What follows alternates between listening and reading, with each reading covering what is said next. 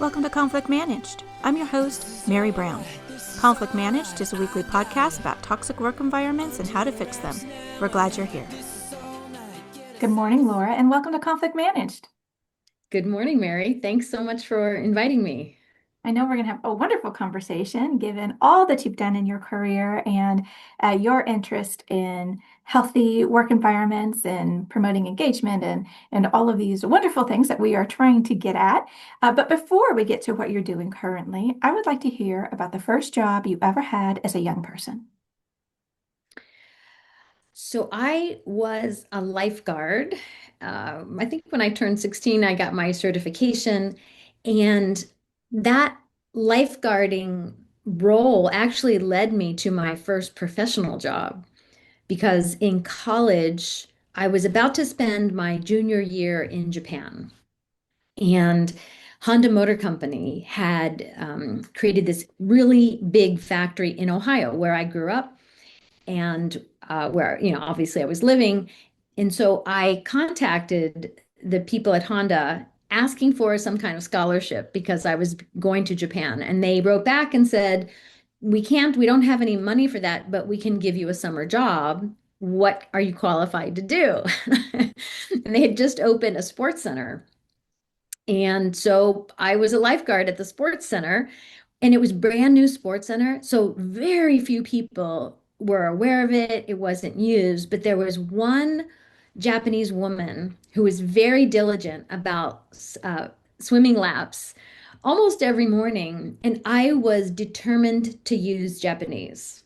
I was going to live in Japan. I spoke a little bit, but I was, I'm just like, I'm going to use Japanese as a lifeguard in any chance I can. So when she would come in to swim, I would say, Ohayo gozaimasu, good morning. And then I would, say phrases. And she was super surprised that the lifeguard could speak Japanese. And so we would talk every time she was there. And she, at the end of the summer, said, "I'd like to introduce you to my husband, who was working there at the factory."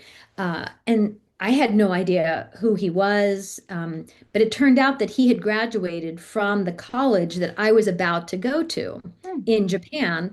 It also turned out he was the vice president of the whole manufacturing facility in Marysville, Ohio, which turned out to be a really good connection for me. Yes. So that's that's basically how I got started with my relationship at Honda was through my very first job as a lifeguard. I love that story because I'm a firm believer that nothing is ever lost. All of our Mm, experiences are there for us to guide us one way or the other. But it's such a wonderful story because we don't know what's going to happen when we're at our first job, a lifeguard, McDonald's, do newspaper, what's there to learn, what are the opportunities. And uh, I love so much about the story. So not only you go to be a lifeguard, but then it turns out to be the skill that got you someplace else. And then because you wanted to mhm, work on your language, right? It's just this and this and this, right? mhm, And that's, when we look at our lives, that's how a lot of like networking opportunities come up. Not always because we see the one thing and we're going for it, sometimes, mhm. but many times it's a circuitous route that you probably could not have planned that, right? And yet it happened.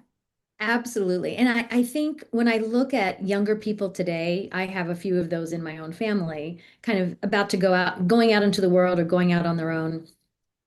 When I look back at my 22-year-old self, or at that time, 20-year-old self, one of the things that now I see was so important is that I was not shy about trying to speak Japanese. My Hmm. Japanese wasn't that good. I hardly knew, I had a few phrases under my belt, but I wanted to connect with Japanese people. I'm about to spend my junior year in Japan. I wasn't looking for a job. I wasn't networking per se. I was just trying to connect across a language barrier that I was about to be, it was about to be my whole life. I was going to be the outsider in Japan. And so when I reflect on the young people that I see,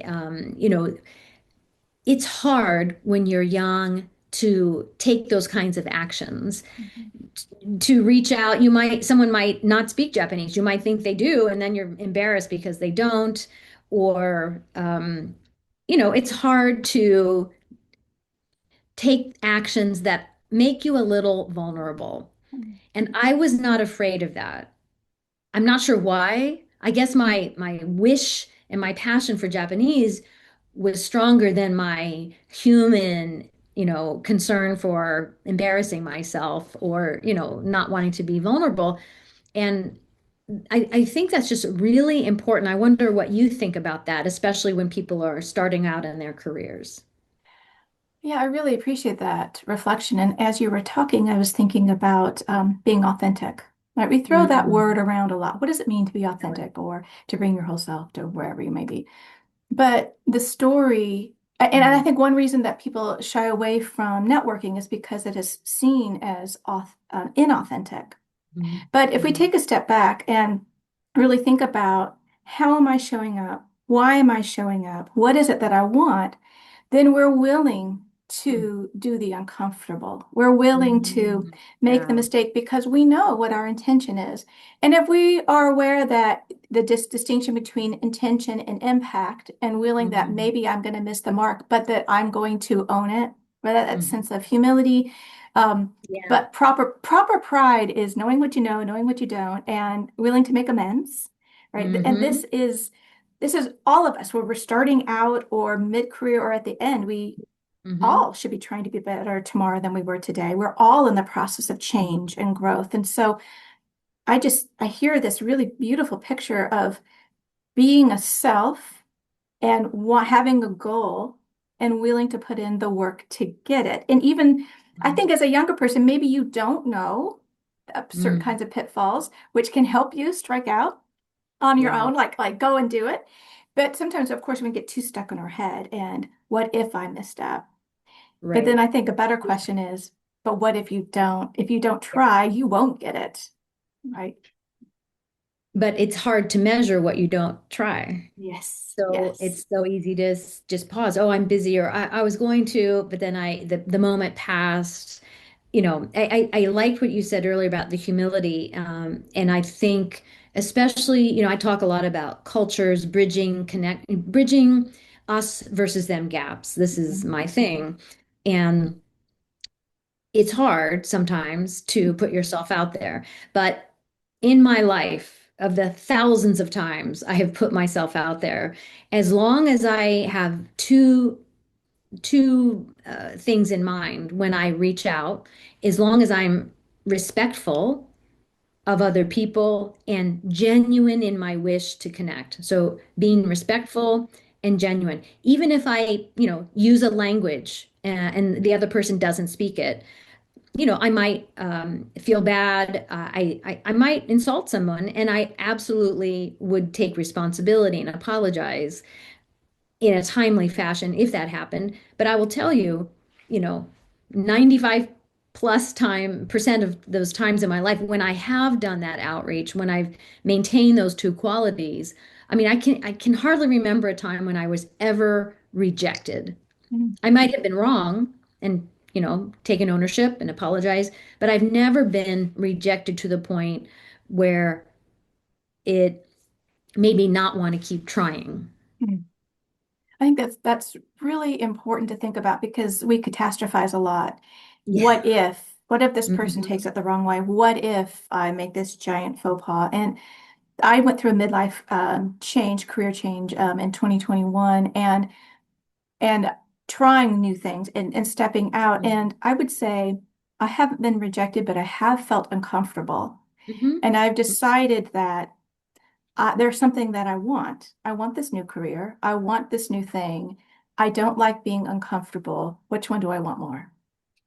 Right. And so just accepting it. Okay, I'm going to go to this event, and I live in a small town in a small area, and people know each other, and I don't know them. So there's a good chance I'm going to feel uncomfortable, or I can, or not. And not always, it's so surprising what happens when you show up and you're just willing to go through it, right? The only way through is through.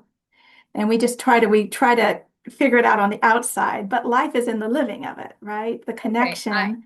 Yeah. Yeah, I have to ask you a question. So, can you give me any? I'd love to hear a detail about what that was like for you. So I have been living in this small town in West Tennessee since 2002. It's when my husband and I moved here for the local university. And so I switched careers in 2021.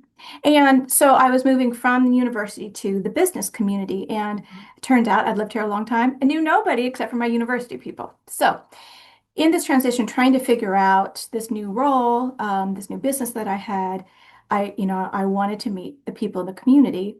And Mhm. so one way I figured out to do this was join multiple chambers of commerce, go to the Mhm. different events. But as soon as I showed up, I realized everybody in this room knows each other to some degree, and I'm the Yeah. new person. Uh, Oh. and so feeling that, like standing in the corner or approaching somebody, Mm-hmm. inserting myself into a standing there. Everyone's Yeah. very polite. But the amazing thing happened the more I showed up, the more I knew people, the more comfortable I felt. And these relationships that have Mm-hmm. grown from that time in a relatively short amount of time have just been these prizes these pearls I never knew that I was missing, that I didn't know what I was going to get from them. And it didn't take away the sting of the time. It does not feel Mm-hmm. good, but Yes. doing it anyway. Yeah. So that's a part of it. Yeah. And I guess hearing your story and reflecting on what you said earlier, it's not just for new, college graduates going out into the world. It can apply at any point in your Mhm. career. Yeah. Yeah, I mean, even if you're in a large organization and you've been there a long time, Mhm. we all know that change is the name of the game, and just innovation. Innovation is usually going to Mhm. happen when we reach out, when we find out about Mhm. different departments, we find new people as in brand new young recruits, new people to us, people who've been around for a long time, and the more connections that we make. But making connections, like any kind of stretching, can feel there can be tension, but Definitely. but that's okay. It's okay to be awkward. In fact, we ought to expect some of that. And I honestly think, Mary, that some of that feeling of awkwardness is what has prevented professionals and humans from bridging these long-standing, outdated us versus them silos in the workplace. They're just around. Like every company that I work with has their default us versus them. When I was in the manufacturing world, it's white collar versus blue collar, engineering versus manufacturing. In the financial institutions I work with, it's front office versus back office, or headquarters versus subsidiary. I mean, they're everywhere. They're predictable, they are inherent. And what shocks me is how people look at them, especially when they come into an organization, and just take it at face value that, oh, that's the way it is, that's the way it always has to be. And the way that I saw this really change was in manufacturing, as we know, the white collar, blue collar difference is, I mean, it's been around as long as Ford was manufacturing, whenever he started manufacturing cars. And when I started working in Honda, of course, there's a manufacturing environment and then the office and engineering, but they do not distinguish nearly as much. And in fact, they have specific strategies for closing that gap. For example, in Ohio, in Marysville, Ohio, in the factory, every single person wore the same uniform. It was a white uniform with your name on the patch, with your name on it. And the president wore it, the lawyers wore them, the people on the assembly line wore them. We all wore the same uniform. The parking lot, there was not executive parking. There was no executive cafeteria. And just these strategic decisions Mhm. close that white collar versus blue collar gap. And that is true in most Japanese organizations, that manufacturing organizations. And I never would have. So I started off in a company that did not distinguish did not fall back to this default, oh, white collar is up here, blue collar manufacturing is down here. So when I started to learn more about the automobile industry and United States and how we tend to do things, I was shocked. Like, Mm, why would we have all of this separation when we have the same goal, mhm, which is to produce really great cars? And you need lawyers, you need engineers, you need business MBAs, but you also need people who understand plastics and manufacturing and all these things. And so anyway, so that's how I see this default thinking that can easily be changed. And that's what I like. I like to encourage people to notice what are the default us versus them dynamics within their organization. oh, that's just a wonderful reflection because so many times we go into a system and we just take it, as you said, as given. This is Mhm, the normal. This is the way things are done. They must mhm. be done for a reason, and we supply our own narrative, or maybe somebody tells us, Yeah. and so then we go about our way, like, well, this is Mhm, this is what we're supposed to be doing, and not. And mhm. then we wonder why we're not communicating. We wonder why there are silos. We wonder why people are dissatisfied or not seen as valuable. Mhm. And we very rarely, and this definitely comes with conflict as well, we very rarely look at the systematic Yeah. reasons or things that contribute to uh, things that have been going on, what's been allowed, behavior Mhm. that's been allowed or not been allowed to happen. So, why do you think this idea of almost like a classless, is that what you would say? Or how would you categorize this, everybody dressing the same, not a preference given your role in the organization with these sort of perks? I would describe it as much more group oriented viewpoint. And, Mhm. the US tends to be much more individualistic in our approach to life. And it's not that one is good or bad, Mm, but it's that in certain circumstances, to achieve complex big tasks, a collaborative approach is going to be successful over mhm, an individual. An individual will never be able to achieve what a group can achieve, even the smartest individual. So, I think it's not so much just class, but the way you perceive the group dynamic. mhm.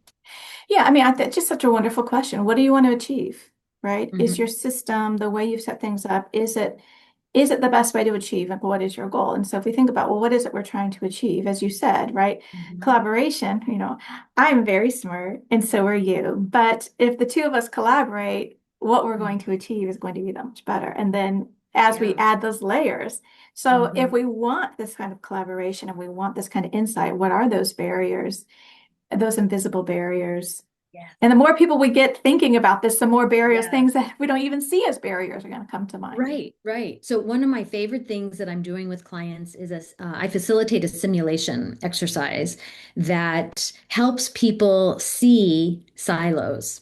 And it's a game. It's a fun kind of you're building something together. It has four parts, and people are in different groups, and it goes very quickly. And they have a clear goal, which is in any organization. There, we are educating students, or we are making cars, or we're investing finance, money, and the participants are told about this ahead of time. However, what generally happens, because there's a time deadline, people tend to focus on their thing. My part of it's called the team machine, but focus on their part of the team machine. And generally, as a facilitator, I'm taking notes, watching behavior. Because it's a game, because it's done in a lighthearted way, people bring their real behaviors to this game. And what they're not aware of is that their behaviors will be revealed as they are doing this. So, for example, I was doing this with a group, and there are limited number of resources, just like in real life. And one group took all the resources. They're little wood blocks. I have one right here. Excuse me. So these wood blocks, there are a fixed number of wood blocks. And so you could say these are widgets, or this is money, or time, or whatever it is. And so one group took almost all the blocks. so that they could do their part. And so all the other groups were left without the necessary number of blocks. And so the group that took all the blocks finished their part very quickly, and they're so proud of themselves. And then, it came time for the whole group to connect. And the others were like, you took all the blocks. And they're like, no, we had to finish and we finished on time. And it brought up a great question for them to reflect on, which it was, um, how does this behavior, how does this exercise reflect your real work environment? And it's not 100%, parallel, but they were able in this exercise and through this exercise to look at themselves and ask important questions that are almost never asked Mhm. because people are busy, because they have these default narratives that go on, and nobody questions things. And so through this, it's 90-minute activity. They completely, looked at how are we not maximizing our optimal collaboration? What are the bottlenecks? And one of the bottlenecks is resource distribution. Mhm. Oh, that's great. It's so nice to be able to, these things that are in our minds or sometimes we are not very tangible, but to be able to see the real Mhm. life result of. And it is interesting, again, we think about systems. You think about an organization might say, we're going to act as one, we're going to achieve this, but now we're going to pit these departments against each other for resources, right? This Oh my happens God. all the time, Yes. I right? mean, every organization has one this, one that. I mean, I get tired of looking at it. Yes, I Yes. totally agree with you, Mary. And then I see it. So I was at a university teaching at a university for a very long time, and teaching philosophy, right? So, Mhm. the philosophers got to stick together because nobody is really advocating for the philosophers, right? And so, but every discipline has that, right? And so, Yeah. well, I need to speak for this and I need to speak for that because that's my job and that's what I see. And the Hmm. thing is, that's right, because nobody Hmm. else sees that, and that is not Hmm. their job Yeah. as much as it is yours. And so there's holding both tensions of, Yeah. I see this part. I see how this is important in what we bring, but Hmm. also we're a part of the whole, right? And Exactly. so it's not one or the other. It's this and that. And there is a kind of tension there. Yeah, and just like in the workplace, people have to have their ex areas of expertise. They have different Hmm. mandates. Hmm. Absolutely. And they Yeah. need to keep in mind what social psychologists call the superordinate goal. Is that a phrase that's familiar to you? Well, I imagine I know what it is, but please go ahead. So I just learned it about a couple of years ago when I facilitated this exercise, this team machine exercise, with a professor at New York University, and he studies collaboration. His name is Dr. Jay Van Bavel, and he and I published an article in Harvard Business Review about this story that I'm about to tell you. So I took the team machine to his lab, and we had, like 12 or so, 15, 20 people. And I put them through this exercise. And again, I have done this with many, many organizations on 4 continents for over 15, 20 years. So I know what to expect. And I gave them the instructions. I set them up just like I do every corporate group. And this group of collaboration researchers at NYU finished in half the time of any corporate group I've ever worked with. Some corporate groups never finish. They just don't achieve the goal. About 75% do achieve, 25% don't. But no one in the history of the team machine had completed the team machine in half the time. So we're just, scratching our heads like, what just happened? I was like, well, we budgeted 90 minutes, but now what are we going to do? And one of the factors was that during this exercise, when the different groups were focused on their own task, um, Jay said, are we allowed to work with other groups? And there are instructions, and they had been told this. And I said, yes. And he starts shouting out, there's a superordinate goal. There's a superordinate goal. And I had never heard this phrase before. And no, I didn't know what it was. But they, as academics, understood this superordinate goal, which is a goal that is achieved when groups that normally don't collaborate or work together, they have to achieve that goal by collaborating. So that is a very specific phrase. Everybody in the room understood it, and they immediately started communicating across the boundaries, sharing information, sharing resources. And that's one of the factors that allowed them to complete this in half the time. So then what can leaders, this is not in a real company, leaders don't, it's not a game, it's their real life work. And so the question I often pose is, well, what's your superordinate goal? And everybody, can identify it because it's, why are you in existence? What is your organization providing? What's the value you're providing to customers? So, for example, in Honda, it's to provide, a world-class vehicle that's safe and affordable, all these things. So it's important to identify the goal, but then leaders have to constantly remind people about what that goal is. They need to frame all the activities around these goals. They need to talk about other groups, keeping this superordinate goal in mind. So there are all these ways that leaders on teams within the C-suite that they need to understand the superordinate goal. I'll say that again. They need to understand the superordinate goal and communicate it repeatedly in many different ways to the people on their teams. Yeah. Absolutely. And that goes, I think the repeating goes into the incentives, right? It's one Yeah. thing to say it and Mhm. again, pitting people against each other.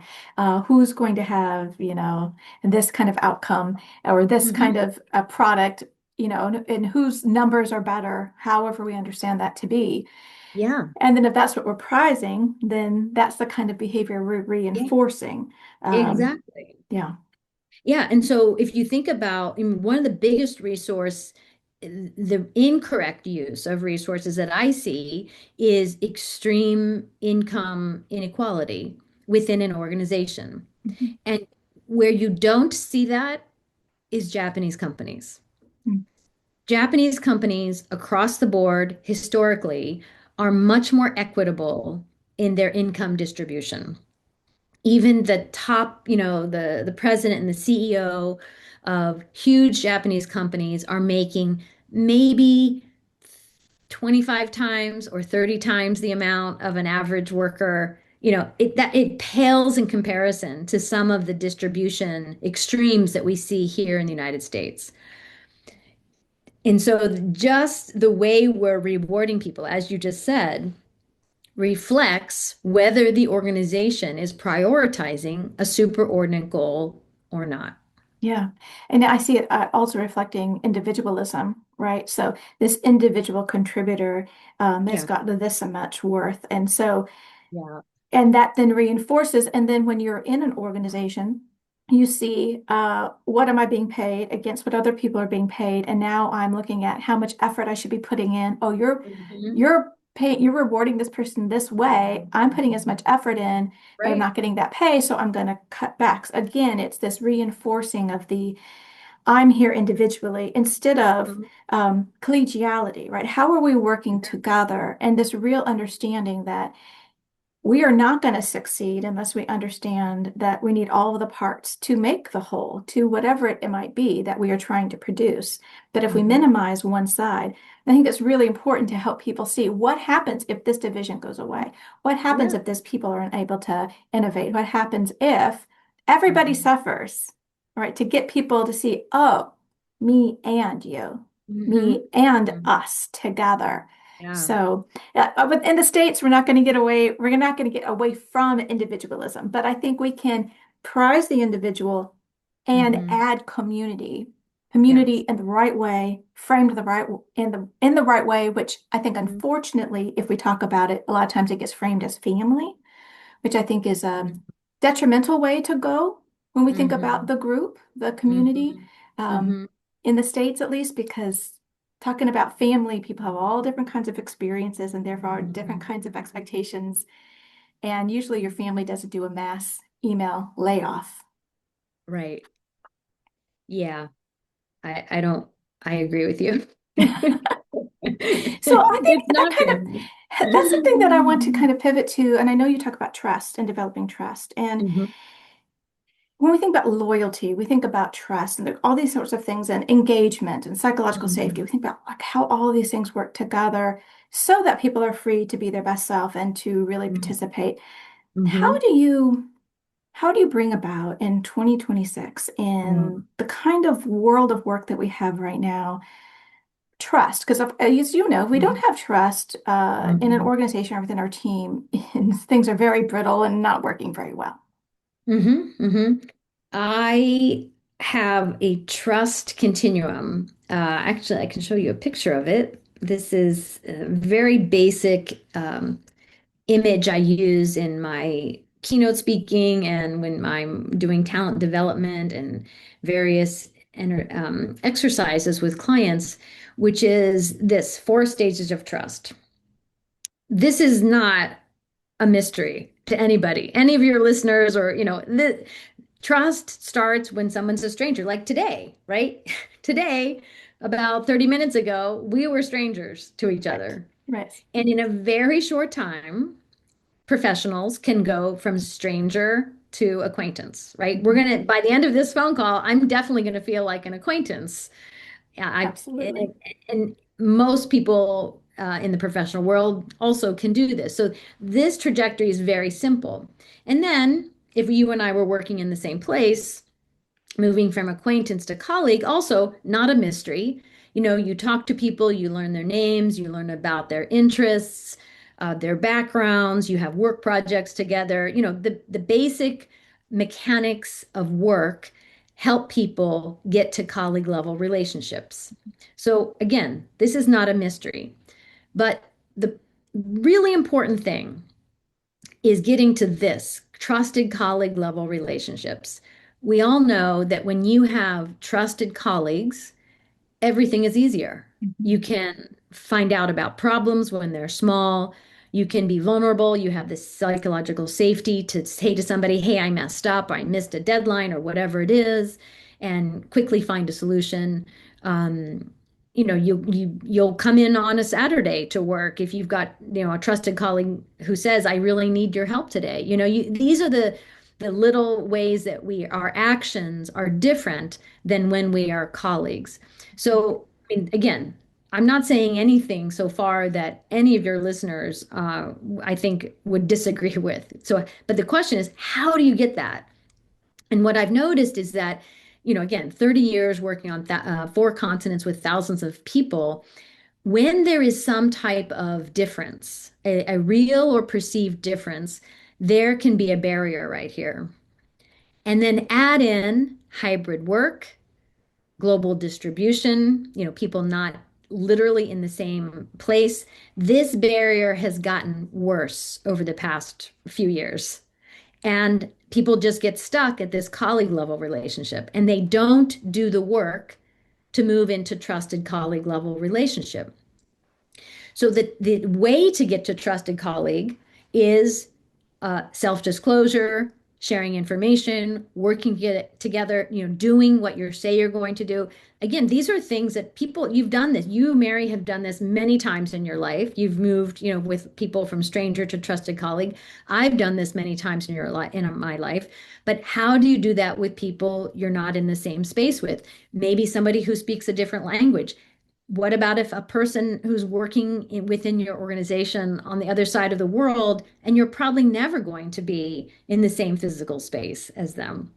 That's where my we building is part of the solution, is taking action. This is the critical thing, taking action to build your relationship with across this difference. So a very simple example starts with names, learning to say people's names accurately, using their names when you're speaking with them.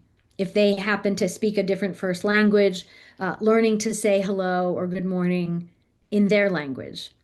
And then when you're having a virtual call with that person, being aware, oh, is it morning there or is it evening? And then using the appropriate phrase. I mean, these are just the simplest tasks anyone, any professional could take to start bridging that gap between colleague and trusted colleague. I love that because it is simple, but it takes intentionality, right? It Mhm. takes me planning and thinking and wanting, as we said before, what is my vision? What kind of place do I want Mhm. to work? How do I want to work with others? Do I value other people's input? What is the Mhm. goal, right? Always the goal in mind, but then thinking about what it feels like to work with. And those little steps, though, don't usually just happen. Sometimes we're in Yeah. places and we have these like golden things just Yeah. pop up and it's just very natural. And that's lovely. Mhm. But we And cannot yeah, rely on actually, that. can I pause there? I'd love to Yes. hear what you mean by that.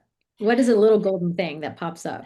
Well, I've heard people, I've done quite a few podcasts and talked Hmm. to over 200. And so sometimes people will talk about and even use this language of like these like this the golden time that people have had in work relationships. And maybe it lasted on this team for 2 years, 3 years, 5 years. And it was a group of professionals that just all like-minded. Sometimes we meet somebody and we're like, you're my person. We get Yeah, each other. And it's just off the bat. And it's I so see. Yeah. easy. Yes. It's easy. And when there are problems, they're not big because there's this ability to converse and a Hmm. desire to want to move beyond and a kind of reciprocity, but also operating the principle of charity, which is if somebody Mm. misspeaks, that we don't Yeah. assume malintent, but we give people the space and the grace to. Hmm. And that the feeling, and a lot of times, sometimes you don't know when you're in it, but you certainly Hmm. know when it's Hmm. gone. After. Yeah. And that's what I mean. But that Hmm. is I love that. usually rare, and we Yeah. can't count on it being there. But there are certain things we can do to bring us closer to that, Hmm. Hmm. as you're talking about. And I think those golden opportunities are, like you said, they're rare to begin with. They're more rare because of global distribution. Mhm. People aren't in the same spaces, because of virtual work. And the fact that workplaces have people from different backgrounds in a way, in 2026 that they just didn't, 10, 15, 20 years ago. I work with a big international bank here in New York, and I've done a lot of work with their newly hired clients for the past couple of years.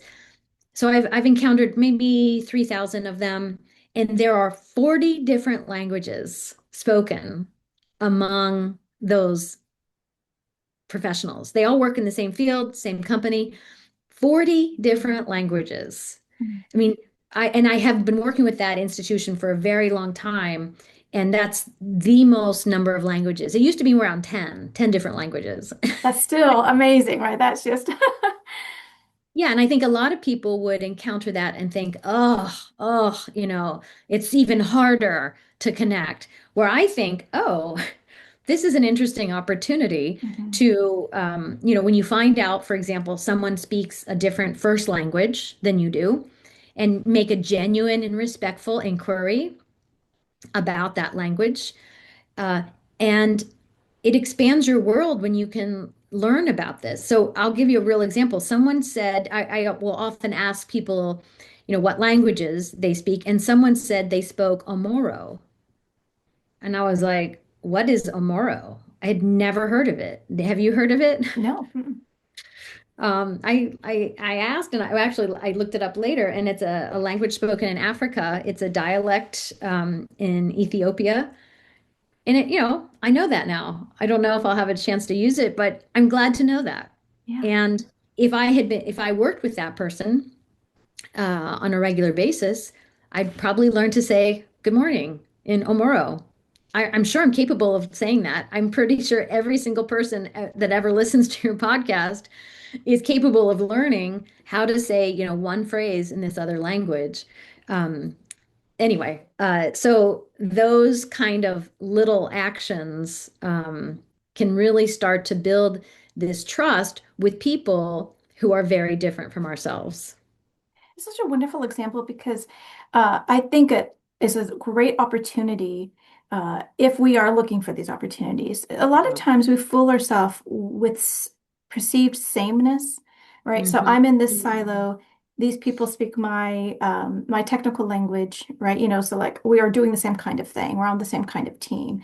Mm, And so I assume a kind of sameness. And so sometimes that makes me less curious or do the mhm. work that I need to do to actually know you instead of what I Yeah. perceive you might be like. But when you have somebody from a different culture, or maybe you think that they have a different first language, then you already think there's a Mhm. difference. And so if I want to Yeah. bridge that divide, I'm aware of it. I need to do something, and that curiosity can spike in me if I want to bridge this gap. And so it can be a real opportunity to Hmm. say, okay, I want to get to know you, and this is what I'm going to do, right? I totally agree with that perceived sameness and those assumptions that we make that can lead to conflict. To Mhm. the, back to the topic of your podcast, where when, just like you said, when there's a language difference, there's almost an assumption that there will be a difference. And so when I've worked with people, for example, with the US and the UK.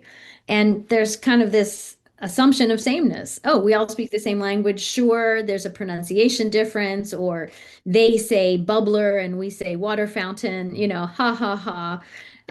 But cultural differences are both visible and invisible. And it's the invisible culture differences that most often lead to conflict. Yes, 100%. I mean, conflict largely arises from a miscommunication, which is usually built upon I have an expectation, you have a different Yep. expectation. And Yep. so and they are, as you said, largely invisible. And so in my own work, one thing I want to do is make the invisible visible through Hmm. conversation, through dialogue, and Yes. setting expectations in our Hmm. multi-generational, our global workforce. And the Hmm. more we do that, um, have people articulate their expectation or what they understand, what it means to be on time or to be professionally Hmm. dressed or Hmm. whatever it might be, to be a team Hmm. player. What does that Yeah. actually mean?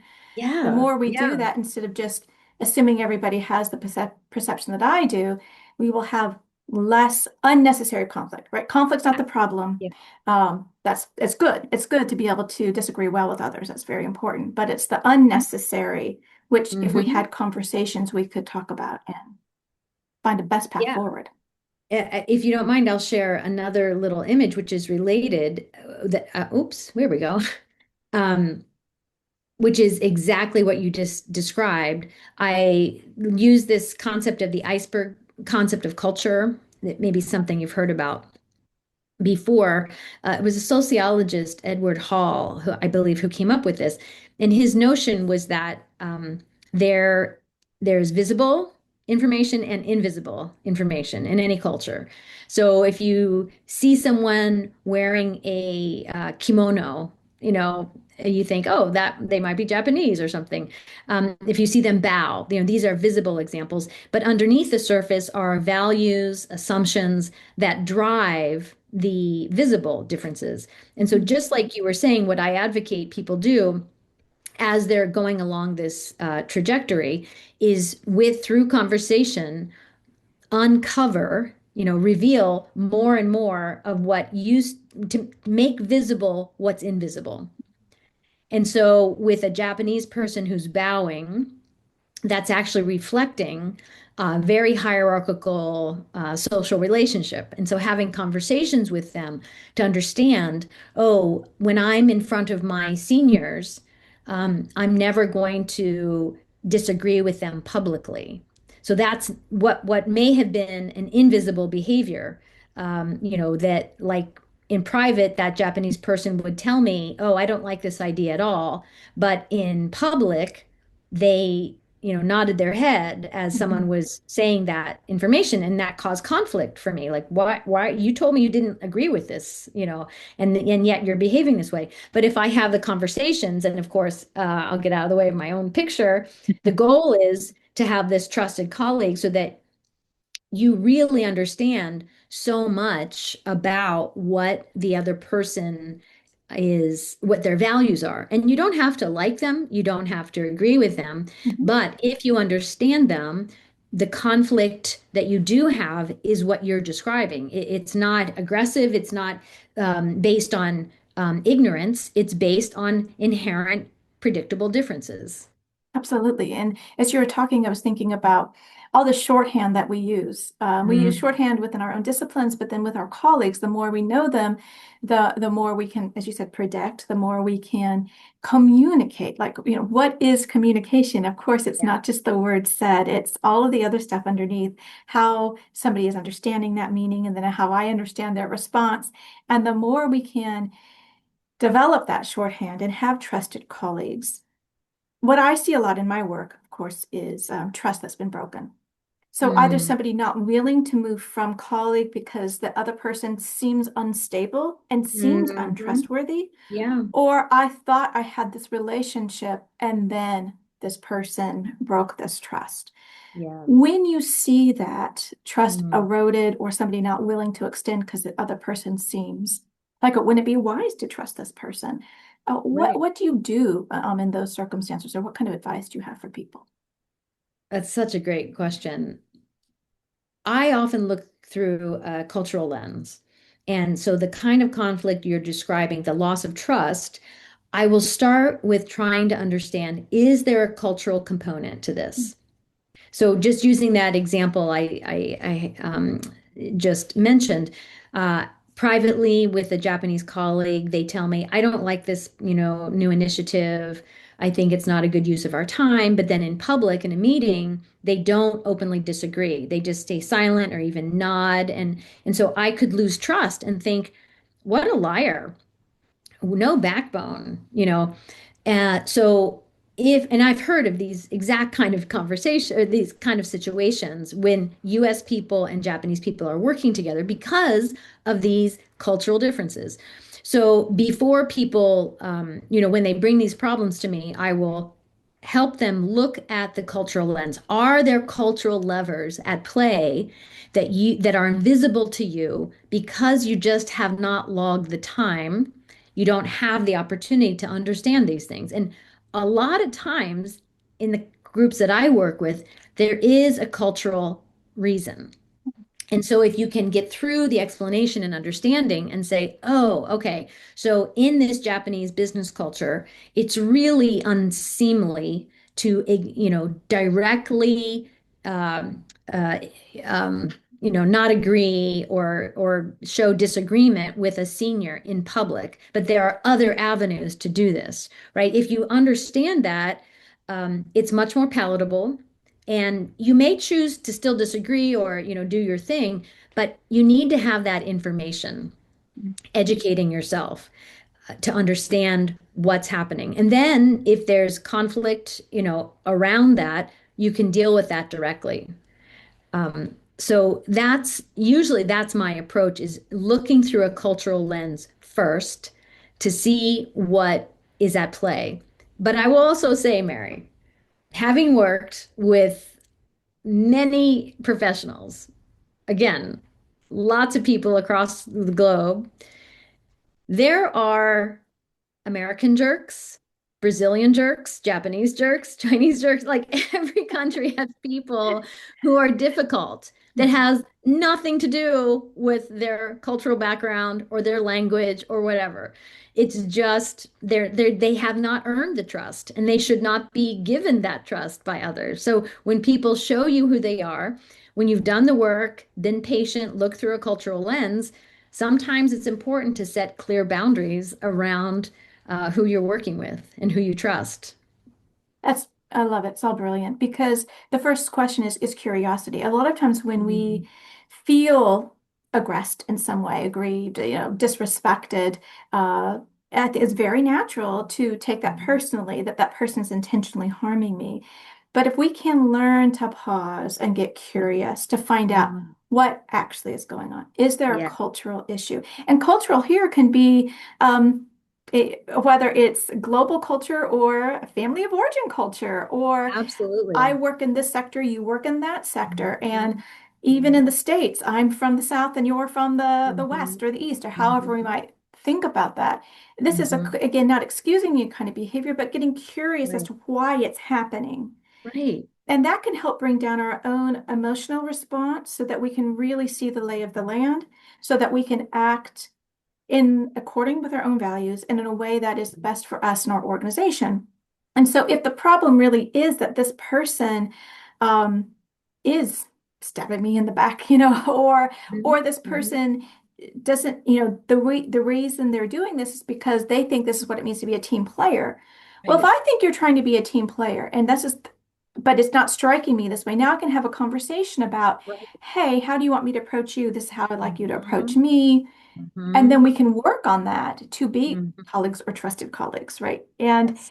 one way we can get to trusted colleagues, I believe, is by doing hard things together, right? Developing Mhm. that resilience. And if I do that with you, I Mhm. have done something difficult with you, and now I probably have more trust because I Yes. saw how you went Yep. through that conversation with me instead Exactly. of whatever villainized me or cut me off, or Yeah. I see that you are actually somebody that I deem rational, that I can work with.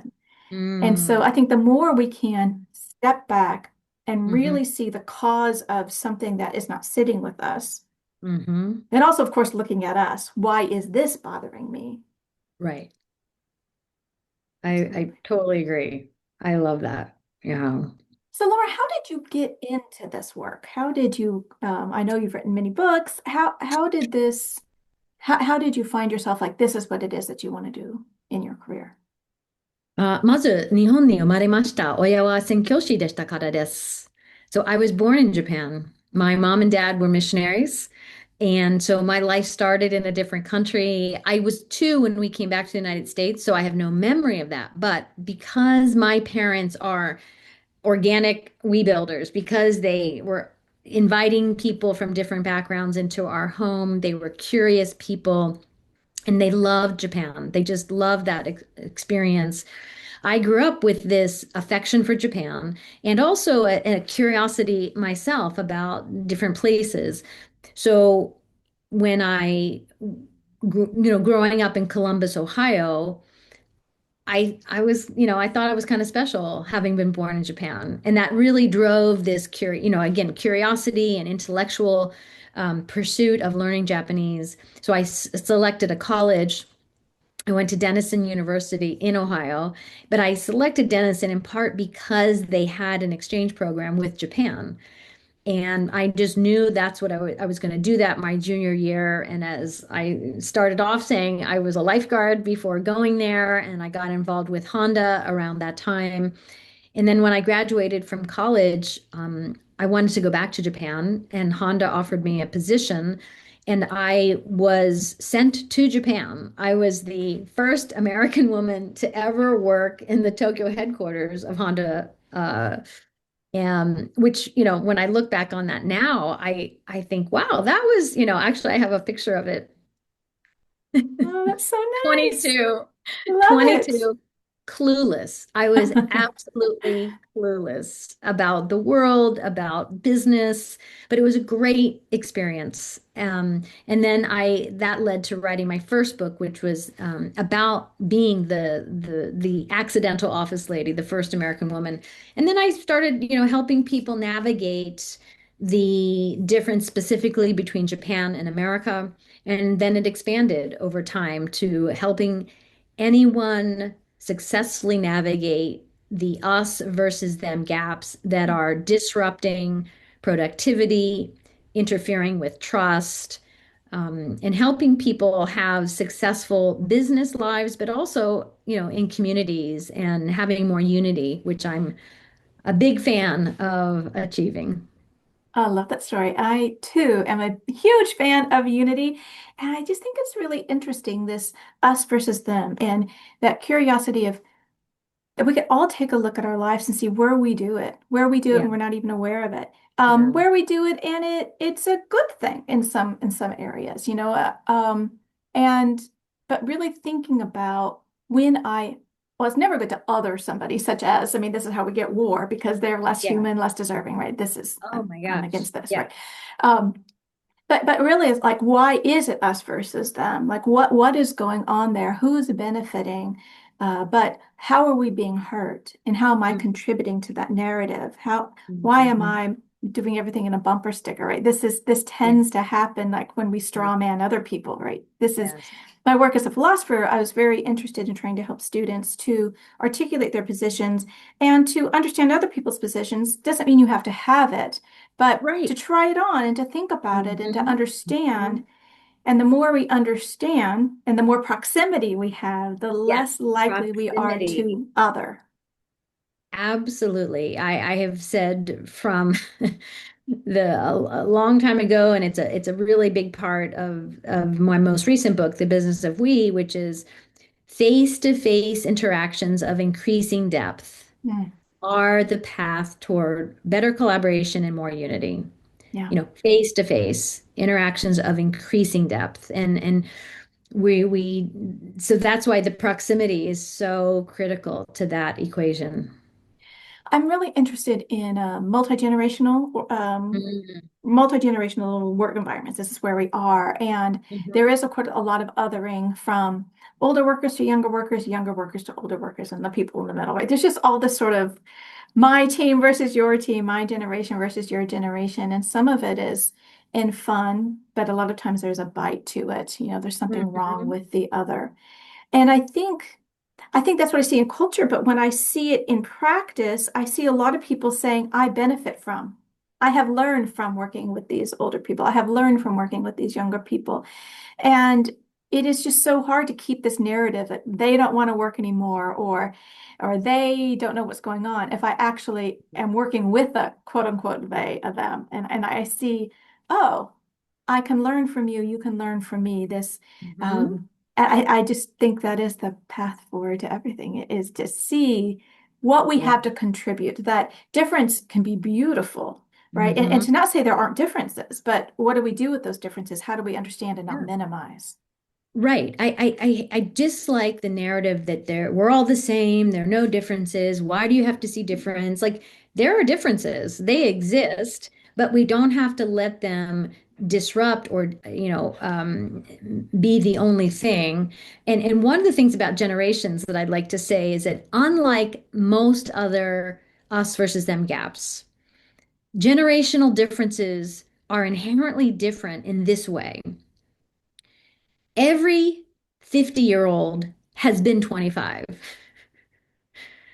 And so, and a 25-year-old will be 50 if they're lucky. That's so other us versus them gaps, like if I'm doing a country gap, Japanese versus American, well, I will never be Japanese. I can understand a lot. I work hard to be appreciative, but I will never be Japanese. And so this is interesting to me. Yeah. It's always been interesting that the generational gap is inherently a little bit different. But low key, I don't think we should make such a big deal about it because I'm using their slang, low key. Low key, I just learned these phrases and it's so much fun to interact. Like you said, some of the differences can be lighthearted. And I think this is one of the ways that generational gaps can be that gap can be made closer. Mhm. And that's on the more senior generation. We are the ones that need to be taking action because we were them. We know what it's like. And it's easy. It's age-old thing for the older people to be complaining. I used to walk 2 miles barefoot in the snow to school, and you were taking the bus and complain. It's Yes. yeah. And so I really like it when I see uh, the more senior generation actively trying to understand Mhm. what's important to the younger generation rather than just complain about it. Mhm. Absolutely. I think it is a really interesting point that gets lost in this us versus them narrative when it comes to generations is that it is normal. I mean, we think about the lifespan and Yeah. whether or not it's in post-industrial revolution, and we find certain kinds of things and Mm. generational differences there. But there's always been this, and as a part of it's like, as you grow and develop and you come out of this cocoon and you're trying to do things on your own, I mean, it's just very normal. So if this is a normal process and the 25-year-old, God willing, will be a 50-year-old, right? If everything goes according to plan, and then they will be a 70-year-old, and Yeah. right, this whole thing, they're going to come through this. So how do we, I'm interested in turning these. these differences into our assets so that for the life of your organization, you should hope to have generational differences. You should hope to have, Absolutely. right? This is a detriment if everybody's one cohort of age. Hmm. Absolutely. Yeah, you So, can't have succession without right, that. a part of wanting the we, right? So wanting Yeah. people to see and value that. So Hmm. on this note, my last question for you is, as you look into the future of work, what do you Hmm. think needs to happen so that not only will all workers be treated with dignity and respect, but that they'll be encouraged to thrive and flourish?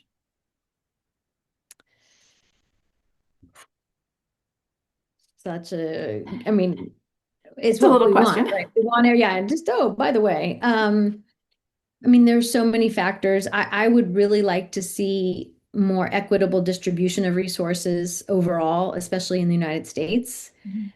and a more, more we cultures, organizations that try to eliminate the negative consequences of us versus them gaps, whether that's between departments, whether that's between generations, gender identity, whatever it is.